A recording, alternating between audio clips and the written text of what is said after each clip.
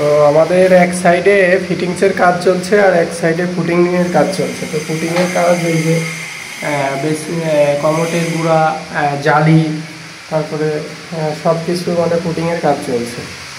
আর এক সাইডে চলছে হচ্ছে আপনার ফিটিংসের কাজ। এই সুলতান ভাই কাজ করছে। এই যে কী অবস্থা?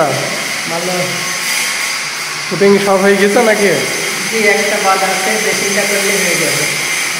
ড্রেসিং করলে হয়ে যাবে। আর মানে মানে আজকে কাজ হ্যান্ডওভার দিতে হবে, তো ওই জন্য চারি সাইডে লোক লাগাই দিয়েছে। জালি কাটছে, মানে নেট কাটছে। প্রতিটা আউটসাইডে কাজ হচ্ছে। এই যে ড্রেসিং সেট আপ, একটা অলরেডি সেট আপ হয়ে গিয়েছে।